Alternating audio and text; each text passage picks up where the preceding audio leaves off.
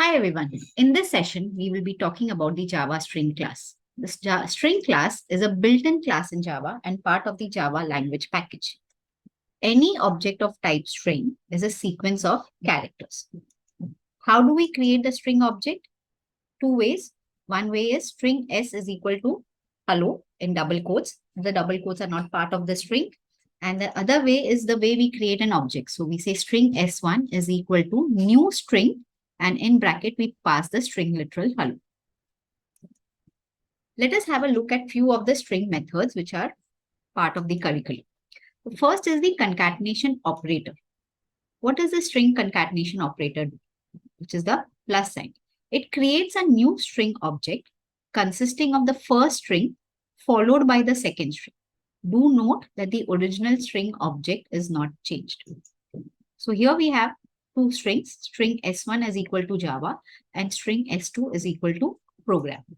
So if we do, so we have s1 is an object which points to, remember, objects are reference variables. So they will point to the memory location which has the string Java, and this is a sequence of characters. S1 is the object which is pointing to Java in memory. Similarly, S2 is the object which is pointing to the string program in a memory location.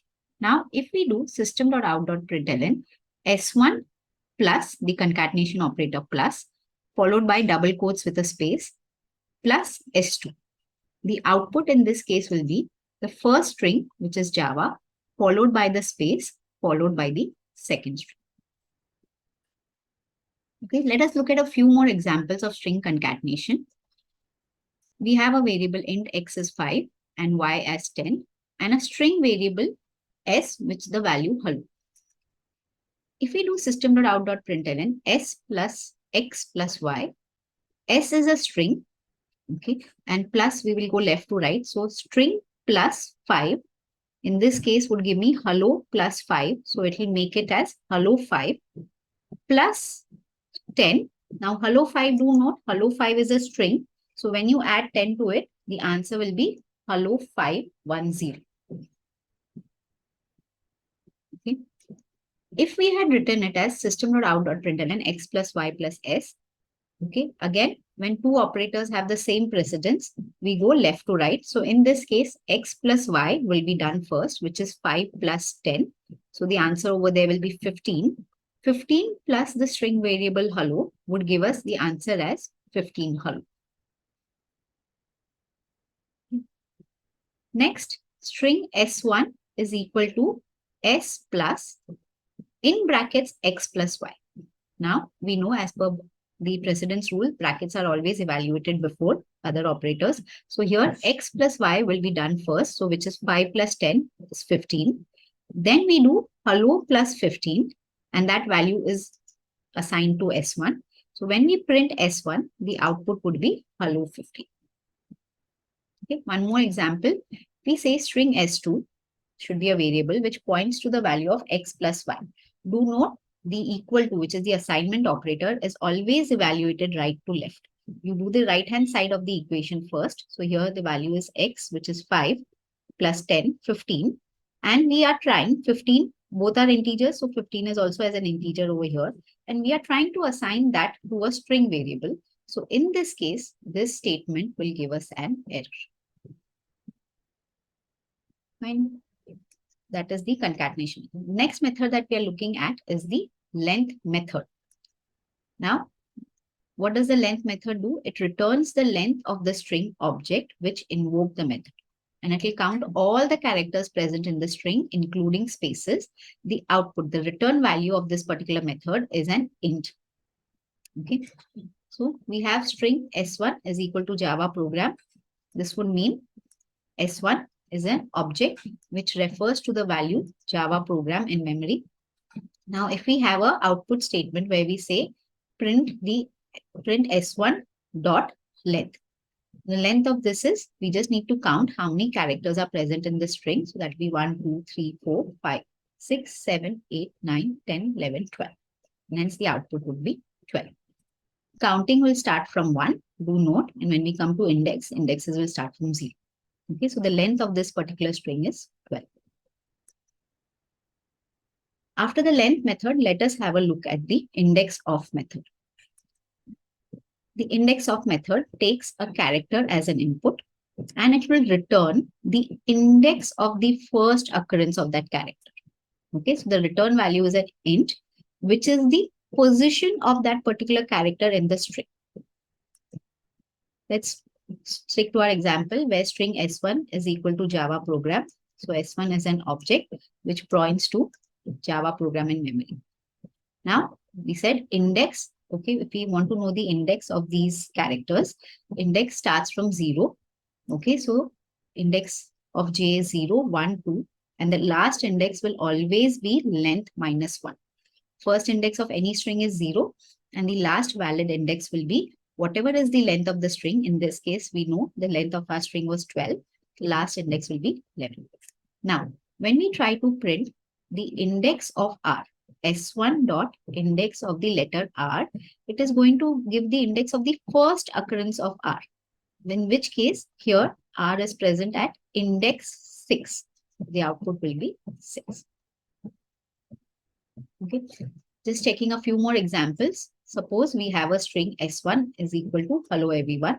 This is how the string would look like with the corresponding index starting at 0, ending at length minus 1. I want to print S1 dot index of the character O. First occurrence. Remember, this is the first occurrence of O. So we know it is present at index 4.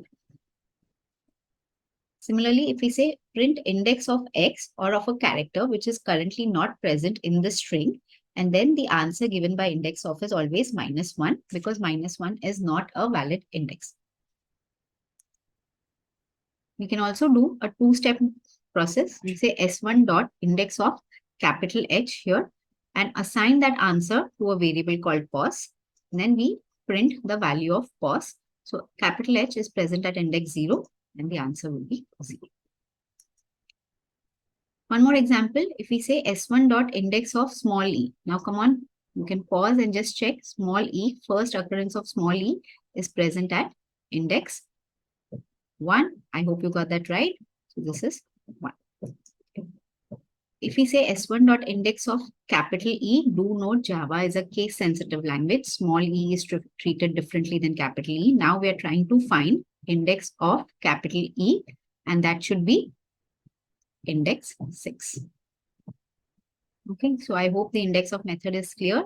And now we move on to the substring method. As the name suggests, substring will remove a part of the string or create a new string which is part of the current string. So the output of the substring method is a string. It takes an index, the index at which it should start extracting from. So what does it say? The method returns the substring starting from the specified index. The index position that you can give to start with is 0 to length of the string minus 1. We know the first index of the string is 0 and the index of the last character is always length of the string minus 1. Okay. If you give an invalid index over here, it will give a runtime exception called index out of bounds. That is the index that you have given is not in the range that is allowed. Current string object will not change. The substring will return a new string to us. The original string remains as it is. Okay. So string S1 is Java program. S1 points to a memory location containing Java program. We know. So if we try to print S1 dot substring 5, so let us display the index. This will be 0 to 11. Length of the string is 12. So 0 to 11. And now I'm saying S1 dot substring 5. So from index 5, I will take till the end of the string. And hence the output of this particular program will be program. Okay, starting from index 5, take everything over here.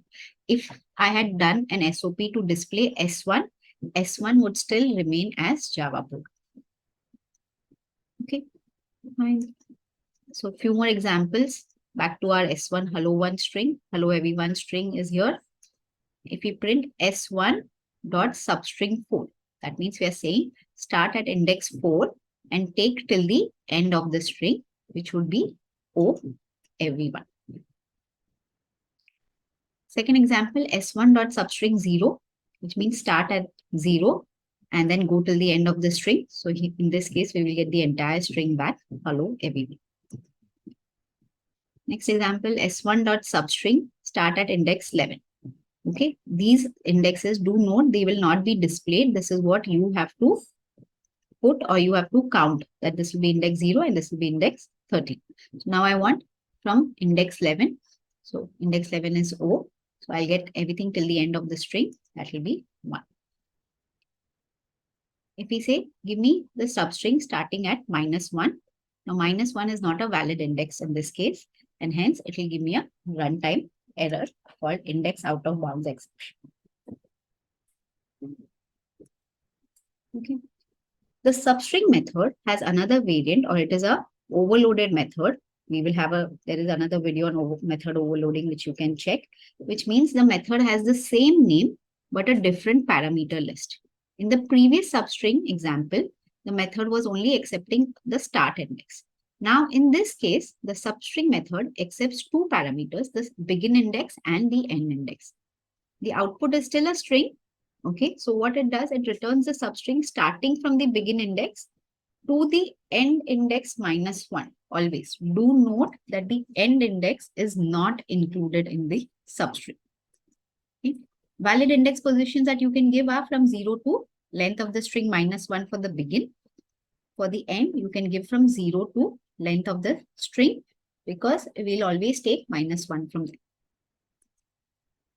Invalid index will return index out of bounds exception. The original substring will not change. Coming back to our program, string s1 is equal to Java program. So s1 is an object which points to a memory location containing the string or containing the sequence of characters, Java program. Now, if we print s1.substring 5,8, if you get a question like this, you will have to put the index yourself. So I'll start at index 0, 1, 2, 3, and up to the last index. I have to start at index 5, which is P. The end index is 8, which means I can only take up to 8, but not including 8.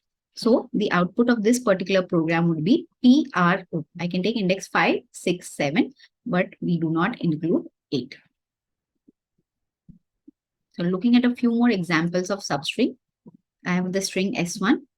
Hello everyone, and I've already displayed the index so that it is easy to solve these questions. First one, we are saying s1.substring 4,7. So we start at index 4 and we go up to 7, but we do not include 7. So we take 4, 5, and 6.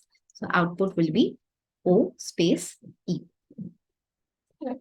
Next example, substring start at 0 and go up to s1.length. Now, what is s1.length?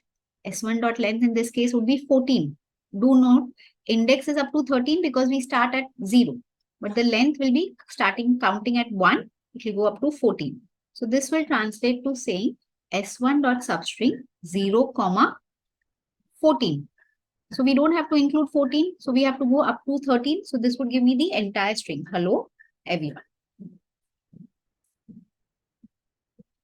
One more example, s1.substring 2,5. Now, come on, you can pause and attempt this. You have to start at index 2. You have to go up to 5. So which means you will not take the space. And the answer will be LLO. One more example, s1.substring -1. As we know, if you give a invalid index, we are going to get an index out of bound exception. Now let us look how we can compare strings. There are three different things. One is the operator, the equals operator. Then there is the equals method and the compare to method. If we compare strings using the double equal to or the equal operator, what happens is it checks to see if the variable s1 or the object s1 and the object s2 refer to the same string instance in memory. Okay, because s1 will be holding a memory address where the string is present, and s2 will also be holding a memory address where the other string is present. s1 equal to s2 will be checking those memory addresses. Okay, it will not be checking the value of s1 string with the value of s2 string. Okay, so in this case, let us take two strings. String S1 is a new string Java. And I have string S2, which also has the same literal value Java. But do note, when I say use the new operator, it will create a new instance of the string in memory. So S1 variable will be pointing to a memory location which has the sequence of characters Java in it. S2 object, because we use the new, will be allocating a new set of memory location which can hold the string Java. So the address present in S1 is different than the address present in S2. Okay. So now if we say, is S1 equal to S2? What do you think? The answer would be no, because it is not checking the value. It is only checking whether I am pointing to the same memory location. And in this case, the output would be false. Okay. So what should we use if we want to compare the value inside the string object? And in that case, we use the equals method. Okay. The equals method is actually present in the object class, and the string class overrides the method. So, but we will just have a look at how the method works.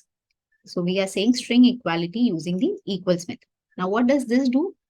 It will check if the value of S1 string is equal to the value of S2 string. So I have my string S1, which is pointing to the string literal Java. S2 also contains Java. Now, if I print S1 dot, that the S1 string is invoking a method called equals and passing the other string as S2. Now, this does a character by character comparison, which means it says J is equal to J, okay, A is equal to A, V is equal to V, and the character at index 3 is equal to the character at index 3, which is A is equal to A. And hence, the output in this case will be true, even though they are pointing to two different memory locations.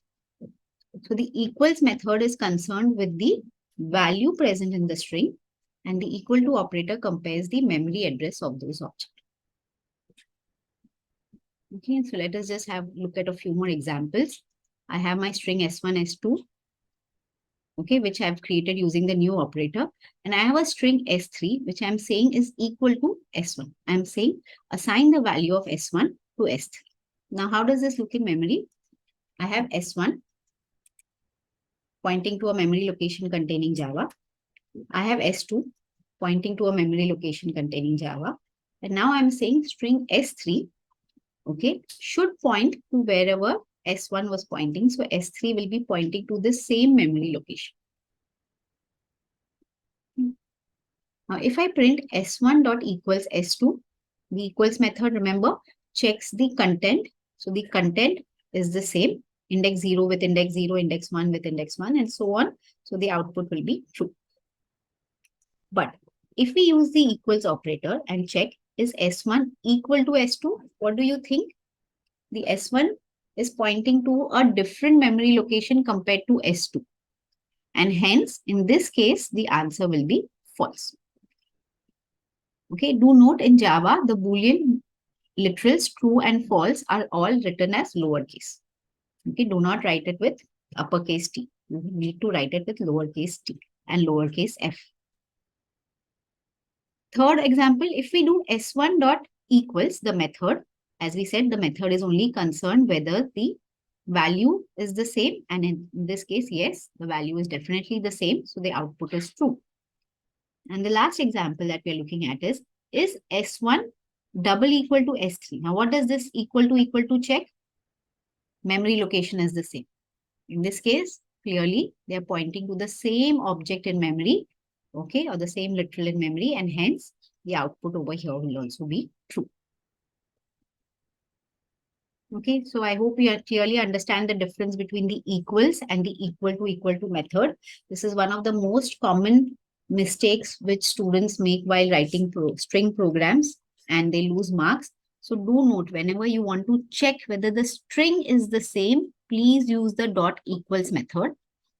Okay, and if you want to check if the object is the same, pointing to the same memory location, only then use the equal to operator.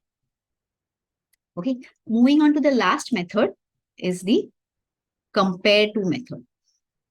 Okay, now it's slightly tricky in the beginning, but we'll do some examples and it should be clear.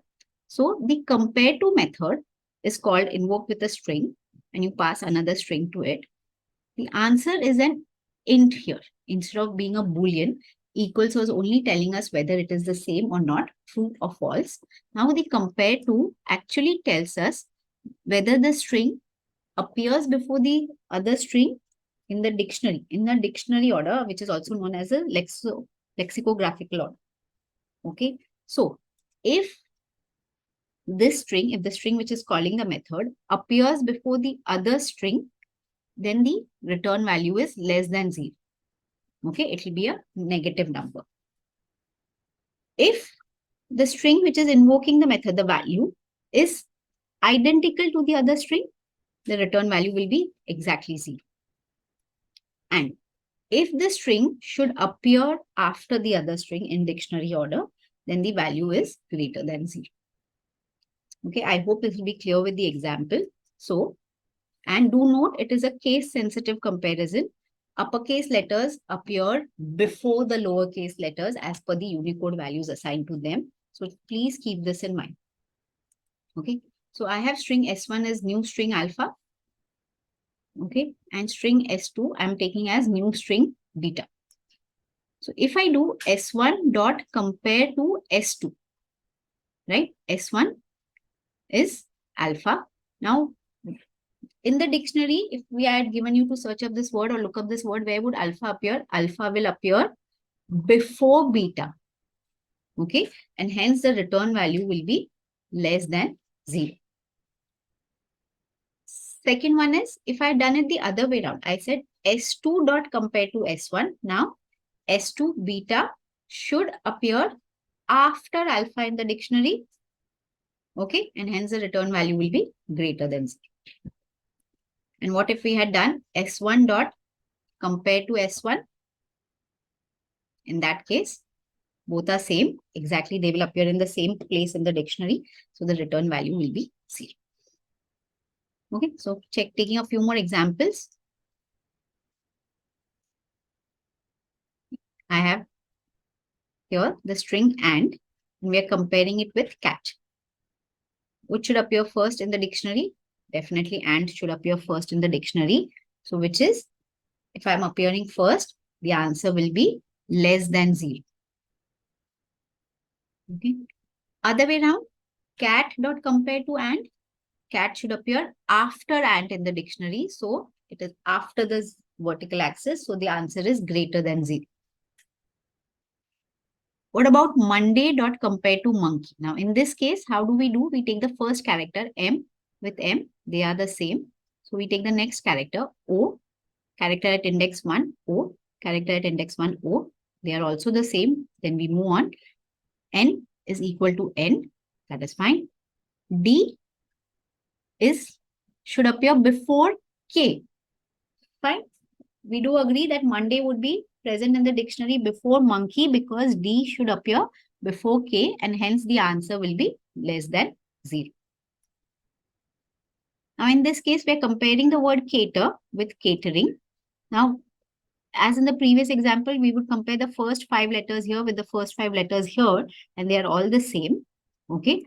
And then catering has more letters afterwards. So cater would appear before catering in the dictionary and hence the answer will be less than 0. Now a lowercase comparison with uppercase. Here the letter C is not the same as the letter uppercase C. And what did we say? Uppercase should come before. Okay, so the lowercase cat will appear after this. So after means it will be greater than 0. Okay, so that was the last example for compare to, and I hope you're clear with these string methods. Thank you.